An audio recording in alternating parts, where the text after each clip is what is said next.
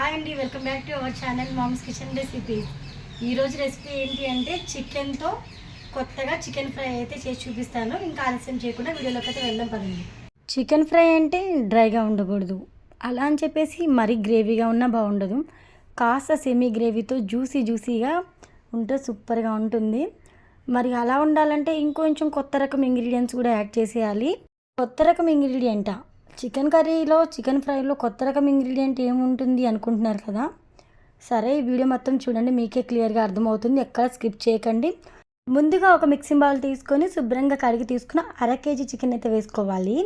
Chicken వేసుకున్నాం కదా, ఇప్పుడైతే ఉప్పు అయితే వేసేసుకోవాలి.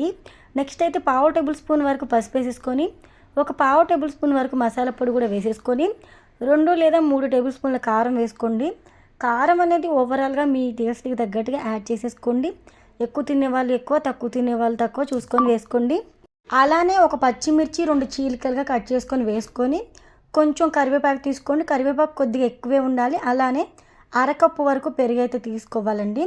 పెరుగు అయితే వేసేసుకున్న తర్వాత 1 టేబుల్ స్పూన్ వరకు అల్లం వెల్లుల్లి పేస్ట్ అయితే వేసేసుకొని, ఇప్పుడు అంతా కూడా చక్కగా మిక్స్ అయ్యేలాగా ఒకసారి ఈ విధంగా కలుపుకోవాలండి.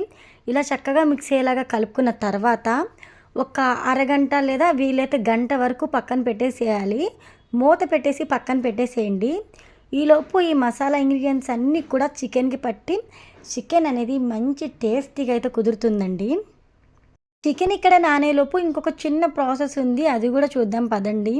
స్టవ్ ఆన్ చేసుకొని స్టవ్ మీద ప్యాన్ పెట్టేసి ఆయిల్ అయితే పోసుకోవాలి. ఆయిల్ చక్కగా వేడవ్వాలండి, బాగా వేడవ్వాలి ఆయిల్ బాగా వేడైన తర్వాత మంటని మీడియం ఫ్లేమ్లో అడ్జస్ట్ చేసుకొని ఆనియన్స్ ఈ విధంగా పొడవుగా కట్ చేసుకొని వేసుకోవాలి. మనము పకోడీకి ఏ విధంగా అయితే కట్ చేసుకుంటామో అదే విధంగా కట్ చేసుకొని వేసుకొని, ఆ తర్వాత మంటని హై ఫ్లేమ్లో అడ్జస్ట్ చేసుకొని చక్కగా ఇక్కడ కలర్ వచ్చేంత వరకు ఫ్రై చేసుకోవాలి. కలర్ వచ్చేంత వరకు అంటే మనము కర్రీస్లోకి లైట్ కలర్ వచ్చేంత వరకు ఫ్రై చేసుకుంటాం కదా, అలా కాదు, థిక్ బ్రౌన్ కలర్ వచ్చేయాలి. ఇక్కడ చూస్తున్నారు కదా, ఈ విధంగా వచ్చేంత వరకు ఫ్రై చేసేసుకొని, ఇలా ఫ్రై చేసుకున్న తర్వాత ఇప్పుడు ఫ్రై చేసుకున్న ఫ్రైడ్ ఆనియన్స్ని అయితే ఒక మిక్సీ జార్లోకి అయితే వేసుకొని చక్కగా గ్రైండ్ చేసుకొని తీసుకోవాలండి. ఆనియన్స్ మేము ఫ్రై చేసుకొని అంత టైం మాకు లేదు అనుకుంటే మార్కెట్లో మనకి ఇక్కడ బ్రౌన్ ఆనియన్స్ అనేవి అవైలబుల్గా ఉంటాయి. అవి తెచ్చుకొని కూడా ఇందులోకి అయితే వేసుకొని గ్రైండ్ చేసేసుకొని పక్కన పెట్టేసేయండి. ఇప్పుడు కర్రీ ప్రిపేర్ చేయడం కోసం స్టవ్ ఆన్ చేసుకొని స్టవ్ మీద ప్యాన్ పెట్టేయాలి. కొంచెము మందంగా ఉన్న ప్యానే తీసుకోవాలండి, ఎందుకంటే అడుగంటకుండా ఉంటుంది ఫ్రై చేసేటప్పుడు. ఇప్పుడు స్టవ్ ఆన్ చేసుకొని ప్యాన్ పెట్టుకున్న తర్వాత ఆయిల్ యాడ్ చేయాలి. ఆయిల్ అనేది ఈ కర్రీలోకి అయితే ఓవరాల్గా 3 టేబుల్ స్పూన్లు కరెక్ట్గా సరిపోతుంది. అంతకన్నా ఎక్కువ వేసినా కూడా ఎక్కువ ఆయిల్ అయిపోతుంది. కాబట్టి ఆయిల్ వేసుకున్న తర్వాత మనం ముందుగా పక్కన పెట్టుకున్న చికెన్ ఉంది కదా, ఆ చికెన్ అంతా కూడా ఇందులో వేసుకొని ఇక్కడ మధ్య మధ్యలో కలుపుకుంటూ చక్కగా ఫ్రై చేసుకోవాలి. చికెన్ కాస్త ఫ్రై అయ్యి అందులోంచి వాటర్ ఊరిన తర్వాత మనము ముందుగానే ప్రిపేర్ చేసి పెట్టుకున్నాం కదా బ్రౌన్ ఆనియన్ పేస్ట్ని ఇందులో వేసేసుకోవాలి. ఇక్కడ మీరు అబ్జర్వ్ చేస్తే కనుక బ్రౌన్ ఆనియన్ పేస్ట్ వేసుకుని ఫ్రై చేసిన కాసేపటి తర్వాత కలర్ కూడా చేంజ్ అయిపోయింది కర్రీ. ఇక్కడ ఇంకాసేపు చక్కగా దగ్గర పడిస్తే ఇక్కడ మనకి చికెన్ ఫ్రై అయితే రెడీ అయిపోతుందండి.